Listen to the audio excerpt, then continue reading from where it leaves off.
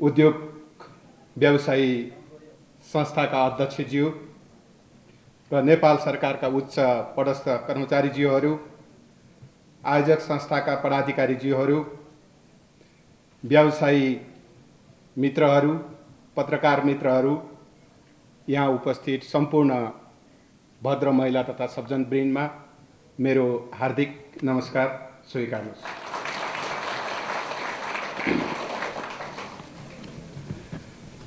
काठमाडौँ उपत्यकाका विभिन्न स्थानमा छरिएर रहेका साना तथा मझौला उद्योग व्यवसायी सङ्घ संस्थाहरूको साझा संस्था नेपाल राष्ट्रिय व्यवसायी महासङ्घको दोस्रो राष्ट्रिय महाधिवेशन तथा चौथो साधारण सभाको यो भव्य उद्घाटन समारोहमा उपस्थित हुन पाउँदा मलाई ज्यादै खुसी लागेको छ। म यो महाधिवेशन तथा साधारण सभाको भव्य सफलताको शुभकामना व्यक्त गर्न चाहन्छु। साथै यो महाधिवेशनले देशको अर्थतन्त्रमा महत्त्वपूर्ण योगदान पुर्याउने गरी नेपाल राष्ट्रिय व्यवसायी महासङ्घको भावी नीति तथा कार्यक्रम तय गर्ने र सो कार्यक्रम कार्यान्वयन गर्ने जुझारु नेतृत्व समेत चयन हुने पनि मैले विश्वास लिएको छु।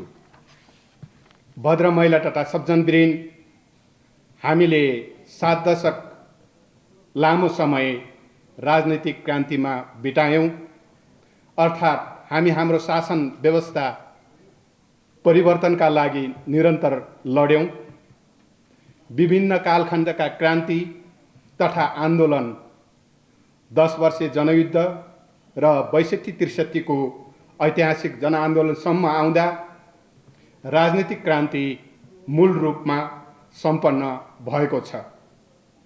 गणतन्त्र, सङ्घीयता, धर्मनिरपेक्षता, समानुपातिक समावेशी व्यवस्था नेपाली जनताको लामो सङ्घर्षपछि प्राप्त भएको व्यवस्था हो। यी उपलब्धिहरूलाई सार्वभौम संविधान सभाबाट जारी नयाँ संविधानले यसलाई संस्थागत पनि गरिसकेको छ।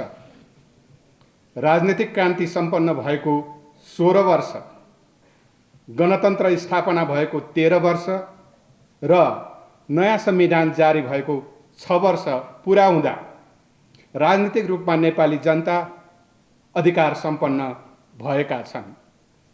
सिंहदरबारका अधिकारहरू गाउँ गाउँमा पुगेका छन् भने राज्यको हरेक निकायमा उत्पीडित समुदायहरूको पहुँच र प्रतिनिधित्व समेतमा उल्लेख्य वृद्धि भएको छ। राष्ट्रिय गौरवको आयोजनाहरू, भौतिक पूर्वाधारहरू निर्माण भएका छन् र भइरहेका पनि छन्, तर व्यवस्था परिवर्तन भए तापनि अवस्था भने परिवर्तन हुन सकिरहेको छैन। नेपाली जनताको आर्थिक जीवनमा अपेक्षाकृत परिवर्तन आउन सकेको छैन र पर्याप्त रोजगारीको सिर्जना पनि हुन सकिरहेको छैन। पर्याप्त रोजगारीको सिर्जनाका साथै अन्य अवसरहरू पनि खुल्न सकेका छैनन्। सकारात्मक दिशामा अगाडि बढिरहेको हाम्रो अर्थतन्त्र कोरोना भाइरसको महामारी र अन्य कारणले अप्ठ्यारो अवस्थामा छ। राजनीतिक क्रान्तिमा जीवन आहुति दिनुभएका शहीदहरू, क्रान्तिका घाइते तथा अपाङ्गहरू र आम नेपाली जनताको चाहना समुन्नत र समृद्ध नेपाल निर्माण गर्नु नै हो। हामीले संविधान मार्फत प्रत्येक नेपाली जनताको आर्थिक सामाजिक रूपान्तरण सहितको समुन्नत र समृद्ध नेपाल निर्माणको सङ्कल्प पनि गरिसकेका छौँ। शहीदहरूका सपना र संविधानको सङ्कल्पलाई पुरा गर्ने गरी समृद्ध नेपाल निर्माणका लागि हरेक नेपालीले देशभित्रै रोजगारीको अवसर पाउनु पर्दछ। हामी आत्मनिर्भर बन्न सक्नु पर्दछ। वस्तु निर्यात वृद्धि गर्न सक्नु पर्दछ र प्रत्येक जनताको आर्थिक सामाजिक जीवनमा रूपान्तरण ल्याउन सक्नु पर्दछ। यी सबै कामहरू हाम्रो अर्थतन्त्रमा निर्भर रहन्छ। उद्योग व्यवसायी साथीहरू, कुनै पनि देशको आर्थिक उन्नतिको दिशानिर्देश अथवा दिशानिर्देशन त्यस देशले गर्ने निर्यात व्यापारले गरेको हुन्छ। जुन देशको निकासी बलियो हुन्छ त्यस देशको आर्थिक समुन्नति छिट्टै हुने गर्दछ। हाम्रा दुई छिमेकी देश चीन र भारत निर्यात व्यापारमा फड्को मारेर नै तीव्र गतिमा आर्थिक उन्नति हासिल गरेका हुन्। आजको गतिशील र प्रतिस्पर्धात्मक युगमा विश्व अर्थतन्त्र मूलतः व्यापारबाटै निर्देशित छ। व्यापारलाई आर्थिक विकासको इन्जिनको रूपमा पनि लिइने गरिन्छ।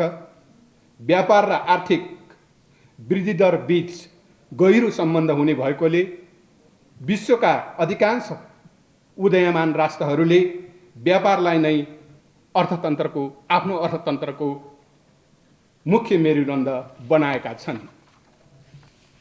तर आर्थिक समृद्धिलाई मुख्य एजेन्डा बनाएका हामी नेपाली भने निरन्तरको आयात वृद्धि र त्यसबाट बढिरहेको व्यापार घाटाको चुनौती बेहोरिरहेका छौँ। चालु आर्थिक वर्षको पहिलो 7 महिनाको आर्थिक अवस्था हेर्दा यस बीचमा हामीले 11 खर्ब 47 अर्ब 46 करोड वस्तु आयात गरेका छौँ। यस बीचमा हामीले जम्मा 1 खर्ब 31 अर्ब 66 करोड मूल्य बराबरको मात्रै वस्तु निर्यात गरेका छौँ। यसबाट हाम्रो व्यापार घाटा 38.4% वृद्धि भई 1015 अर्ब 81 करोड घाटामा पुगेको छ। विलासिताको वस्तु आयातमा सरकारले गरेको कडाइका कारण पछिल्ला दिनमा आयातमा केही कमी भएको छ। निर्यात पनि वृद्धि भएको देखिन्छ, तर पनि व्यापार घाटा जुन स्तरको छ हाम्रो अर्थतन्त्रका लागि यो ज्यादै चिन्ताको विषय हो। विप्रेषणमा निर्भर हाम्रो अर्थतन्त्रमा व्यापार घाटाको निरन्तर वृद्धि सकारात्मक सङ्केत पक्कै पनि होइन। उद्योग व्यवसाय मित्रहरू, हामी कुनै बेला जे वस्तु निर्यात गर्थ्यौँ आज त्यही वस्तु आयात गरिरहेका छौँ। चामल बेच्थ्यौँ, आज धान फल्ने खेतहरू घरै घरले भरिएका छन्। जमिनहरू बाँझो छन्। औद्योगिक वस्तुहरू बेच्थ्यौँ, आज ती वस्तु उत्पादन गर्ने उद्योगहरू रुग्न छन्। हामी हाम्रो भान्सामा पाक्ने वस्तु दैनिक उपभोग्य सामग्रीदेखि ठुल्ठुला निर्माण सामग्रीसम्म आयात गरिरहेका छौँ। यो अवस्था जबसम्म रहिरहन्छ हाम्रो अर्थतन्त्र सकारात्मक बन्न गाह्रो पर्दछ। अर्थतन्त्रमा चुनौतीहरू रहिरहन्छ। पक्कै पनि यस्तो स्थिति हुनुमा हामी नागरिक र व्यवसायीहरू पनि जिम्मेवार छौँ जस्तो मलाई लाग्छ। स्वदेशमा उत्पादित वस्तुभन्दा विदेशी वस्तु उपभोगमा हाम्रो बढी ध्यान जाने गर्दछ। स्वदेशी वस्तु खरिद बिक्री भन्दा विदेशी वस्तु आयात र बिक्री वितरणमा बढी ध्यान जान्छ। हामी हाम्रो उत्पादनको प्रवर्धनमा भन्दा पनि मुनाफामा बढी ध्यान दिन्छौँ। हामीमा एउटा जबरजस्त प्रवृत्तिको विकास भइरहेको देखिन्छ। जसरी हुन्छ नाफा कमाउने। हामीले यो प्रवृत्तिमा सुधार ल्याउँदै सकेसम्म सबै प्रकारको वस्तु देशभित्रै उत्पादन गर्ने र स्वदेशी उत्पादनको उपभोग गर्ने सोचको विकास गर्न जरुरी देखिन्छ। यहाँ उपस्थित उद्योगी व्यवसायी साथीहरूलाई मेरो आग्रह छ, हामी स्वदेशी उत्पादनको बिक्री वितरणमा ध्यान दियौँ। व्यवसायीले मुनाफा त पक्कै पनि लिन्छन्, तर त्यसमा सेवाभाव पनि हुनुपर्दछ। हाम्रा किसानहरूले उत्पादन गरेका सागसब्जी, गोपी, टमाटर कुहिन्छन्, फालिन्छन्, बाटामा दुधहरू पोख्नुपर्ने अवस्था देखिन्छ भने बाहिरबाट आएका विषादी वस्तु भान्सासम्म पुग्छ। यो कस्तो विडम्बना! हामी हाम्रा सोचहरूमा नै सुधार ल्याउन आवश्यक देखिन्छ। भद्र महिला सब्जनवृन्द, आर्थिक विकासका लागि हामीसँग प्रशस्तै आधारहरू छन्। जलविद्युत, कृषि, पर्यटन, जडीबुटी उद्योग, कल कारखाना, भौतिक पूर्वाधार नेपालको समृद्धिको प्रमुख आधारहरू हुन्। हाम्रा यी प्रचुर सम्भावनाहरू बोकेका क्षेत्रहरू पनि हुन् र हामीले 3 खम्बे अर्थनीति लिएका छौँ। सार्वजनिक, निजी र सहकारी क्षेत्रको सहकार्यबाट हामीले नेपाललाई समृद्ध बनाउन खोजिरहेका छौँ। जलविद्युत क्षेत्रमा राम्रो भइरहेको देखिन्छ। हामी विद्युत बेच्ने अवस्थामा पुगेका छौँ। विश्वव्यापी महामारी कोरोना भाइरसले धाराशायी भएको हाम्रो पर्यटन क्षेत्र बिस्तारै जाग्न खोज्दैछ र पूर्वाधारहरू निर्माणमा पनि राम्रो भइरहेको देखिन्छ। हामीले यी क्षेत्रमा लगानी गर्न सक्यौँ भने, यी क्षेत्रको विकास र प्रवर्धन गर्न सक्यौँ भने आत्मनिर्भर अर्थतन्त्र निर्माण गरेर समृद्धिको मार्ग अगाडि बढाउन सकिन्छ भन्ने लाग्छ। कुनै पनि राष्ट्रको अर्थतन्त्र विश्व अर्थतन्त्रबाट पृथक हुन सक्दैन। निर्यात प्रवर्धन, वैदेशिक लगानी आकर्षण र अन्तर्राष्ट्रिय आर्थिक सङ्गठनहरूमा सहभागिता सँगै केन्द्रित क्रियाकलाप बढाउन र आर्थिक कूटनीतिलाई बढाउन सक्नुपर्दछ। म आर्थिक कूटनीति सुदृढ गर्दै वैदेशिक लगानी भित्र्याउन र निर्यात व्यापार प्रवर्धनमा योगदान पुर्याउन म निजी क्षेत्रलाई विशेष आग्रह गर्दछु।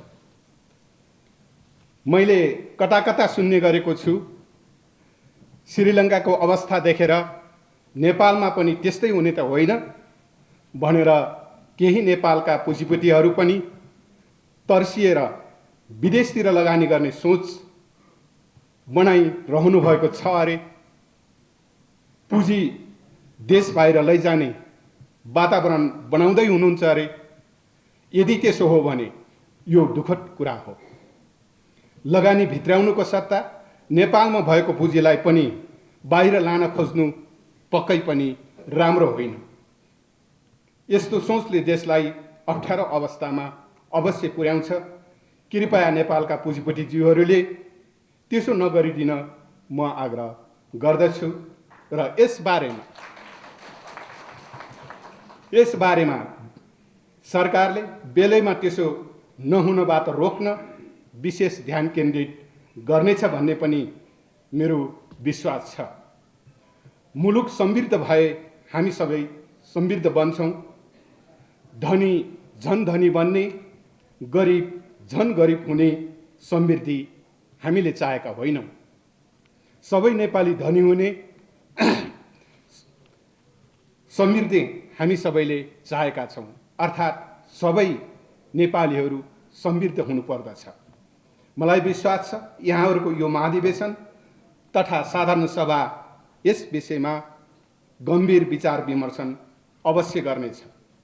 म देशको अर्थतन्त्र चलायमान बनाउन र राष्ट्रिय अर्थतन्त्रमा यहाँहरूले पुर्याउनु भएको योगदानको लागि यस अवसरमा म विशेष धन्यवाद दिन चाहन्छु। निश्चय नै उद्योगी व्यवसायी सङ्घ संस्थाका थुप्रै मागहरू रहेका छन्। व्यवसायीहरूका थुप्रै समस्याहरू पनि छन्। उद्योगका लागि चाहिने दक्ष जनशक्ति तयार गर्न, तालिम केन्द्रको स्थापना गर्नुपर्ने, 753वटै स्थानीय तहहरूमा औद्योगिक ग्रामको स्थापनाको नीति कार्यान्वयन गर्नुपर्ने र वैदेशिक रोजगारीबाट फर्किएका युवाहरूलाई स्वरोजगार बढाउन विशेष नीति लिनुपर्ने लगायतका यहाँहरूका मागहरू छन्। म यी सबै मागहरूप्रति ध्यान दिन र सम्बोधन गर्न पनि सरकारको ध्यानाकर्षण गराउन चाहन्छु। अन्तमा मलाई यस महत्त्वपूर्ण कार्यक्रममा आमन्त्रण गर्नुभएकोमा आयोजक संस्था नेपाल राष्ट्रिय व्यवसायी महासङ्घलाई हृदयदेखि नै धन्यवाद दिन चाहन्छु र समृद्ध नेपाल निर्माणमा यहाँहरू सबैको उच्च योगदान रहोस् र राष्ट्रिय व्यवसायी महासङ्घको उत्तर प्रगतिको कामना गर्दछु र साथै आउँदै गरेको नयाँ वर्ष 2079 को अवसरमा यहाँ उपस्थित सम्पूर्ण महानुभावहरूमा हार्दिक शुभकामना सहित उत्तर प्रगतिको कामना व्यक्त गर्न चाहन्छु। हवस् त, धन्यवाद, नमस्कार।